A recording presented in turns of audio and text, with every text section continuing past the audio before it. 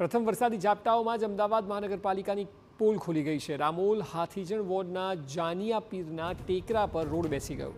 કરોડોના ખર્ચે બનાવવામાં આવેલો રોડ અત્યારે ખરાબ સ્થિતિમાં છે। પ્રથમ વરસાદ પણ સહન ન કરી શક્યો। નવું શેડ, નવો રોડ અને સ્ટ્રક્ચર બેસી જતા સમગ્ર રોડ બંધ કરવો પડ્યો હતો। કરોડોના ખર્ચે બનાવવામાં આવેલો રોડ હાલ ખરાબ સ્થિતિમાં છે। રામોલ હાથીજણ વોર્ડના જાનિયા પીરના ટેકરા પર આ રોડ બેસી ગયો છે। હજુ તો ચોમાસાની શરૂઆત પણ નથી થઈ। આ તો માત્ર પ્રી મોન્સૂન એક્ટિવિટી છે। જૂન મહિનામાં અડધા જૂનની આસપાસ એટલે 15 જૂનની આસપાસ ચોમાસું ખરેખર સિઝન બેસશે, ત્યારે એ પહેલાં જ આ પ્રકારની સ્થિતિ સર્જાઈ છે।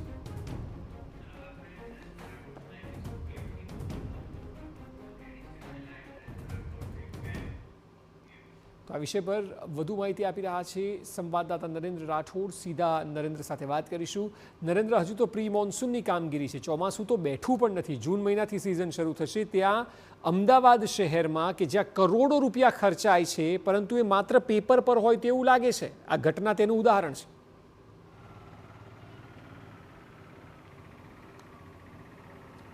જી અક્ષય, પ્રથમ વરસાદી ઝાપટાઓ એવો વરસાદ નહોતો કે જ્યાં ઇંચમાં ગણતરી વરસાદની થઈ શકે, માત્ર ઝાપટાઓ જ પડ્યા હતા। એ પ્રથમ વરસાદી ઝાપટાઓમાં જ અમદાવાદ મહાનગરપાલિકાના રસ્તાઓએ જવાબ આપી દીધો છે। અત્યારે હાલ એ જગ્યા પર અમે ઉપસ્થિત છીએ કે જ્યાં ગતકાલ રાત્રે વરસાદી ઝાપટા પડ્યા અને ત્યારબાદ આ પ્રકારે જે છે એ રસ્તો બેસી ગયો હતો અને રસ્તો બેસી ગયા બાદ અત્યારે હાલ આપ જોઈ રહ્યા છો કે કેવી રીતના સમગ્ર જે રસ્તો ગઈકાલે બેસી ગયો હતો એ મહાકાય ભૂવામાં પરિવર્તિત થઈ ગયેલો આપને અહીંયા જોવા મળી રહ્યો છે। મહત્વની વાત એ છે કે આ કોઈ એવી નીચાણવાળી જગ્યા નથી કે જ્યાં પાણી ભરાય અને ત્યારબાદ આ પ્રકારની ઘટના બને। એનું જે ડ્રેનેજ લાઇનનું કામ અથવા તો અન્ય તમામ જે કામગીરી કે જે જમીનની નીચે થતી હોય છે એ યોગ્ય રીતના કરવામાં આવી ન હતી અને એના જ કારણે પ્રથમ વરસાદ બાદ આ અહીંયાથી પાણી નીચેની તરફ જતો હોય છે અને આ સમગ્ર વિસ્તાર છે એ ઊંચાઈવાળા વિસ્તાર પર આવેલો છે, એટલે કે વિસ્તારનું નામ જ ટેકરા વિસ્તાર, જાનિયા પીરના ટેકરા છે અને ત્યાં આ પ્રકારની ઘટના બની હતી। સ્થાનિક આપણી સાથે છે, એમની સાથે વાતચીત કરીએ કે તેઓ શું કંઈ કહી રહ્યા છે। जी, क्या कुछ हुआ था और मतलब कितने साल पहले ये पूरा रोड तैयार किया गया था? ये रोड लगभग ये हमारा भाई हिंदी में क्यों बात करता है? लास्ट बारिश के बाद ये तैयार हुआ है और आप देख रहे हो ये किस तरह का, कितना बेहद, मतलब अगर इसमें किसी प्रकार की जान माल की हानि हुई होती तो वो जवाबदारी ना नगर निगम लेता ना अदानी वाला लेता। कोई कहता है कि अदानी की गलती है, कोई कह रहा है नगर निगम की गलती है।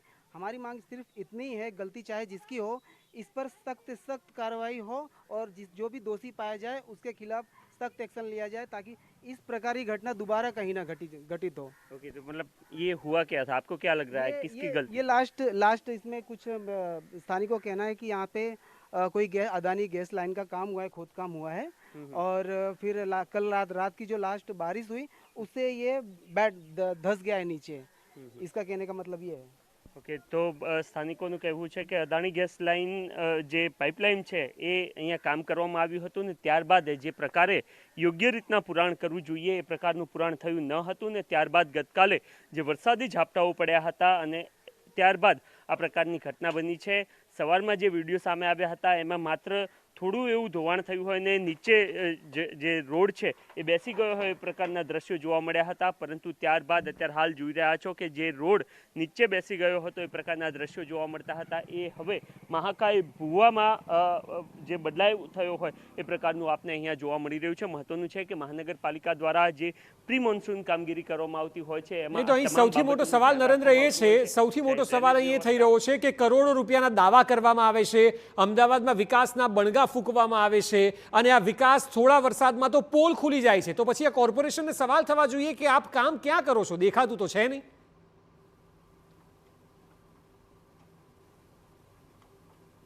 જી જરૂરથી, કારણ કે જે બજેટ ફાળવવામાં આવતું હોય છે એ નાનો આંકડો નથી હોતો। પ્રી મોન્સૂન માટેનું બજેટ છે એ 500-700 કરોડ જેવા એના નંબર્સ હોતા હોય છે। એક્ઝેક્ટ નંબર્સ મારી પાસે નથી, પરંતુ એટલું મોટું બજેટ ફાળવવામાં આવતું હોય છે અને એ બજેટમાં આ તમામ કામગીરી થતી હોય છે કે જેમાં આપ સમજો કે કોઈ ડ્રેનેજ લાઇન પસાર થઈ રહી છે તો એમાં ક્યાંય લીકેજ છે કે નહીં, આ સિવાય મોટા રસ્તાઓ આ સિવાય જો કેબલ પસાર થતા હોય તો એ સહિતની તમામ કામગીરી અહીંયા કરવામાં આવતી હોય છે અને એના જ કારણે કારણ કે બજેટ જે પ્રકારનું ફાળવવામાં આવતું હોય છે ત્યારબાદ એ બજેટના જે નંબર્સ છે એના આધારે જ એ દાવો કરવામાં આવતો હોય છે કે આટલા કરોડનું કામ કરવામાં આવ્યું છે, આ સ્માર્ટ સિટી છે અથવા તો અહીંયાના રસ્તાઓ જે છે એ યોગ્ય કરી દેવામાં આવ્યા હોય છે. એ પ્રકારના નંબર્સના આધારે તમામ દાવો કરવામાં આવતા હોય છે, પરંતુ એ નંબર્સ જે કે જેના પાછળ જે કરોડોનું બજેટ ફાળવવામાં આવ્યું હોય છે એ એક તરફ રહી જતું હોય છે અને ખરા અર્થમાં જ્યારે વરસાદ વરસતો હોય છે ત્યારબાદ આ પ્રકારના દ્રશ્યો સર્જાયેલા જોવા મળતા હોય છે. આ પ્રથમવાર નથી કે જ્યારે અમદાવાદ મહાનગરપાલિકાના રસ્તાઓની આ પ્રકારની હાલત જોવા મળી હોય. આ અગાઉ પણ આ પ્રકારના દ્રશ્યો આપણે અનેકવાર જોયા છે. ગત ચોમાસામાં પણ આપણે વારંવાર જોયું હતું કે સામાન્ય વરસાદમાં અમદાવાદ મહાનગરપાલિકાના જે રસ્તાઓ છે એમાં પાણી ભરાવા, આ સિવાય ભૂવાઓ પડવા કે પછી રસ્તાઓની ખસ્તા હાલત થઈ જવી, એ તમામ પ્રકારના દાવો અથવા તો જે દ્રશ્યો છે એ જોવા મળતા હોય છે. ત્યારબાદ એ પ્રકારના દાવો પણ કરવામાં આવતા હોય છે કે આ વખતે આટલું બજેટ ફાળવવામાં આવ્યું છે અને ચોમાસામાં શહેરીજનોને કોઈ તકલીફ નહીં પડે એ પ્રકારના દાવો પણ થતા હોય છે. પરંતુ ખરા અર્થમાં જેવું ચોમાસું શરૂ થતું હોય છે અને ત્યારબાદ જે ગત ચોમાસાની સ્થિતિ હોય છે એ નવા ચોમાસામાં પણ જોવા મળતી હોય છે. અક્ષય. જી બિલકુલ, આભાર નરેન્દ્ર સમગ્ર માહિતી બદલ.